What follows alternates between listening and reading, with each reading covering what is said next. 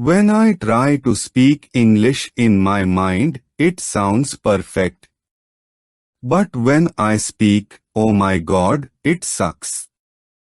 I understand how you feel. It's common to think in English clearly, but get stuck when speaking. Don't worry, there's a technique that can help you practice speaking on your own. I'll explain it in detail. One of my students once told me, when I try to think in English in my mind, everything sounds perfect, but when I speak, oh my God, it sucks.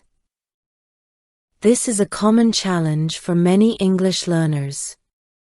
You might be able to think in English fluently, but when it comes to speaking, you find yourself struggling. So, how can you bridge the gap between your thoughts and your spoken words? The key is to practice speaking.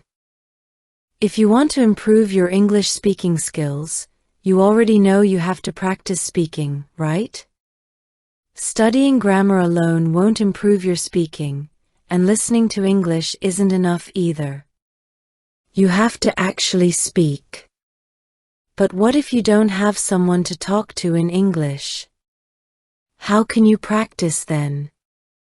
Well, there's a technique that allows you to learn to speak English on your own, without needing a speaking partner. This method can help you improve various aspects of your spoken English, your sentence structure, grammar, vocabulary, and most importantly, your ability to express your thoughts and ideas effectively. So, what is this technique? It's called learning to speak English through imitation. When I say imitation, I'm not just talking about repeating words to improve pronunciation.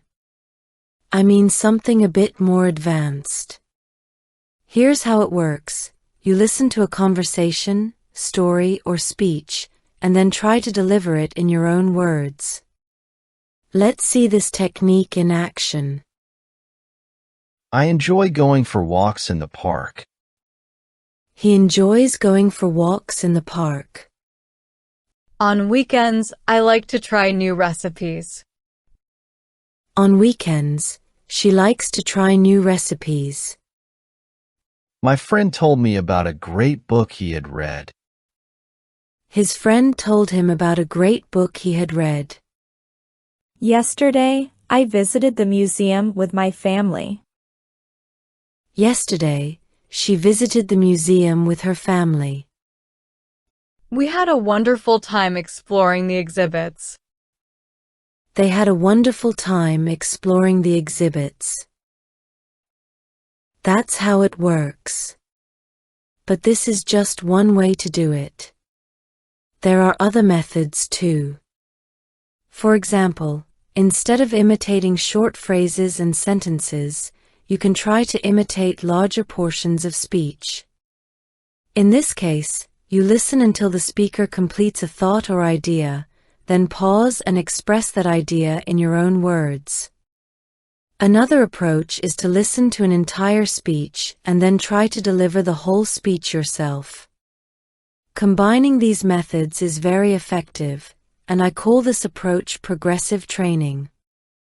With progressive training, you start with something easy and gradually increase the difficulty, pushing yourself to improve. Studies have shown this type of training to be highly effective. Here's how you can apply this concept. Start by imitating small portions of speech like phrases and short sentences, then move on to larger portions like long sentences or groups of sentences, and finally, try to deliver entire speeches on your own. This technique offers many benefits. You listen and imitate correct English, which helps you learn to form sentences properly. You pick up idioms, expressions, and speaking patterns used in everyday conversations. You also learn grammar implicitly, just like children learn their first language. When you imitate, you're focused on communication, understanding and expressing ideas, rather than thinking about grammar rules. This is one of the best ways to learn grammar naturally. In conclusion, Learning to speak English through imitation is a powerful technique that you can practice on your own. Start with small portions, gradually increase the difficulty, and you'll see significant improvement in your speaking skills. Okay, that concludes this video. Now, would you like to try this technique right now? Click on the video on your screen and give it a try. And if you find that one easy, try this one and see if it's more challenging. Happy practicing!